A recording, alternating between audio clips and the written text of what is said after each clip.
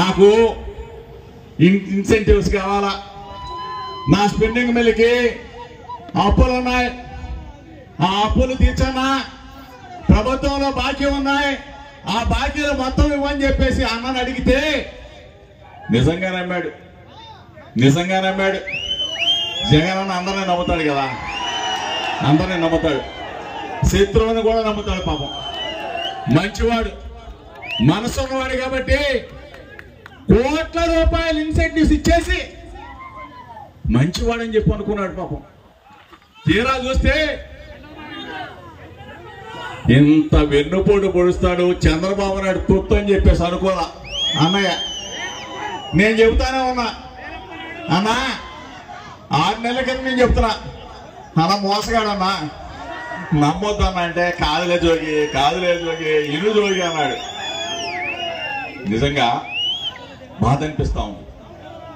Okay, నన్ను తిడితే తిట్టావు, నన్ను తిడితే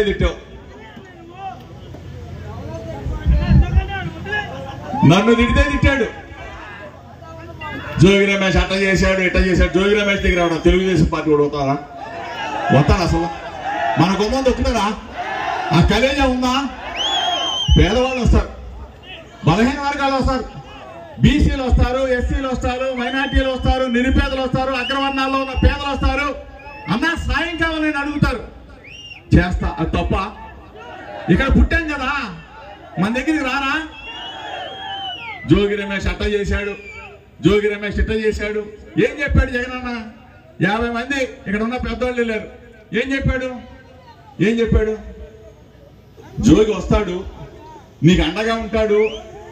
పోయినసారి జోగి ఇక్కడి నుంచి నేను వెళ్ళమనగానే వెళ్ళిపోయాడు, నా మాట వింటాడు, నావాడు వైఎస్ఆర్ అని చెప్పాడు. సన్నాసి వెళ్ళారా? ఒక్క మా జగనన్న ఓడించడం కోసం, ఒక్క మా పార్టీ ఓడించడం కోసం కలిసి కట్టుగా వస్తే ఏం చంద్రబాబు జుట్టు పవన్ కళ్యాణ్ బిక్కో, పవన్ కళ్యాణ్ జుట్టు చంద్రబాబు నాయుడు బిక్కో, మీ ఇద్దరు ఢిల్లీలో బిక్కోండి. ఏం బెగలేరు వైఎస్ఆర్ కంచు కోటను ఇంచ కూడా బెగలేడు. రాసి పెట్టుకో, 2024 వచ్చే జరిగే ఎన్నికల్లో జగనన్న బ్రహ్మాండంగా విజయం సాధించబోతా ఉన్నాడు. ముఖ్యమంత్రి పీఠ ఎక్కబోతా ఉన్నాడు. మన తిరుపతిరావు గెలవబోతా ఉన్నాడు. మన అన్న గెలవబోతా ఉన్నాడు. ఇది రాసి పెట్టుకో, చరిత్ర రాసి పెట్టుకోమని చెప్తూ సిద్ధమా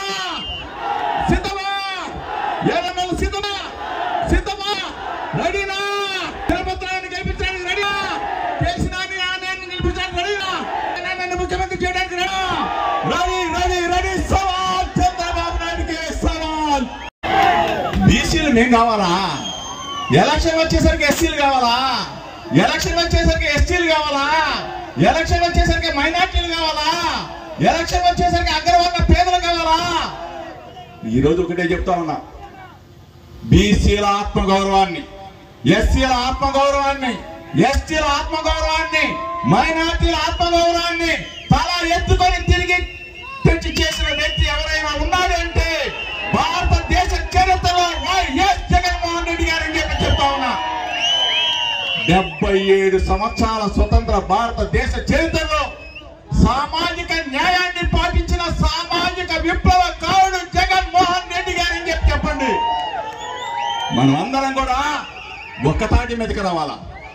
జగన్ అన్న అడుగు వేయాలా? 2019 ఎన్నికల్లో ఓటు వేయని వాళ్ళని సైతం జగన్ అన్న వెంట నడిపించవలసిన బాధ్యత ఇక్కడికి వచ్చిన సైన్యానికి మొత్తానికి ఉంది.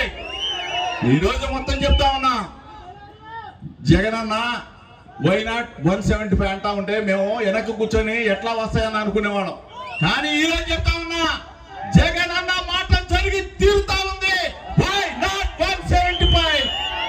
కుప్పంలో చంద్రబాబు నాయుడు ఓడిపోతా ఉన్నాడు, మంగళగిరిలో లోకేష్ ఓడిపోతా ఉన్నాడు, పిఠాపురంలో పవన్ కళ్యాణ్ ఓడిపోతా ఉన్నాడు.